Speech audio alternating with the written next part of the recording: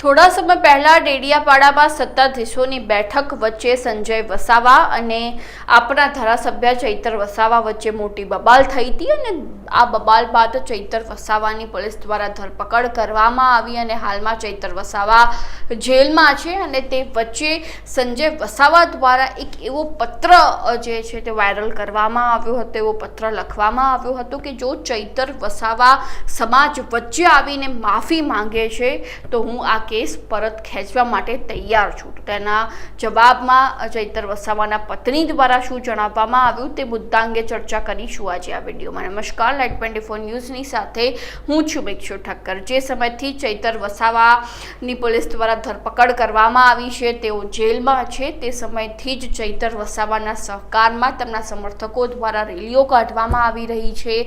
ભાજપ સરકારની વિરુદ્ધમાં, પોલીસની વિરુદ્ધમાં સતત નારા લગાવવામાં આવી રહ્યા છે। તેમના ધર્મપત્ની પણ સતત એવો પ્રયત્ન કરી રહ્યા છે કે ચૈતર વસાવા જેલની બહાર આવી જાય અને તે વચ્ચે સંજય વસાવા દ્વારા એવો પત્ર લખવામાં આવ્યો હતો કે જો ચૈતર વસાવા સમાજ વચ્ચે આવીને માફી માગે છે તો હું કેસ પાછો લેવા માટે તૈયાર છું। તો તેના જવાબમાં ચૈતર વસાવાના ધર્મપત્ની શું કહી રહ્યા છે એકવાર તેમની પાસેથી સાંભળી લઈએ।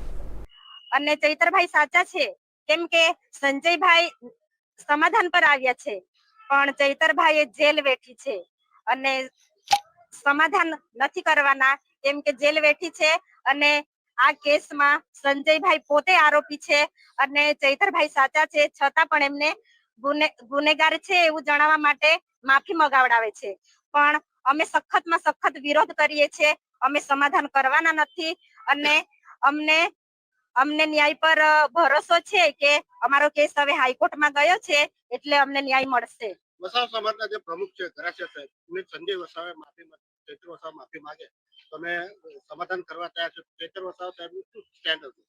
હવે કેમ કે એ લોકો પાસે કઈ પુરાવા જ નથી કે ધારાસભ્યએ આવું બિહેવિયર કર્યું છે તો એ લોકો સીસીટીવી ફૂટેજ પણ જાહેર કરે અને કેમ કે આ લોકોને ખબર છે કે એ લોકો પોતે ખોટા છે એટલે ધારાસભ્યને નીચે પાડવા માટે એ લોકો માફી માંગવાનું એક કાવતરું રચ્યું છે। ચૈતર વસાવા માફી માંગશે કે કેમ? ના, ચૈતરભાઈ માફી ક્યારેય નહીં માંગે કેમ કે ચૈતરભાઈ સાચા છે, લોકો પણ જોઈ છે, અમારી જનતા જોઈ છે કે અમારા ધારાસભ્ય સાચી લડત લડે છે। જે રીતે વાત કરવામાં આવે તો ચૈતર વસાવાના પત્ની દ્વારા જણાવવામાં આવ્યું છે કે ચૈતર વસાવા કોઈ પણ માફી નથી માંગવામાં નહીં આવે, સ્પષ્ટપણે ના પાડી દેવામાં આવી છે। ચૈતર વસાવાના ધર્મપત્ની દ્વારા કે ચૈતર વસાવા કોઈ પણ પ્રકારે માફી નહીં માંગે તો હવે એ સૌથી મોટો પ્રશ્ન ઉઠી રહ્યો છે કે ચૈતર વસાવા હવે જેલની બહાર ક્યારે આવે છે।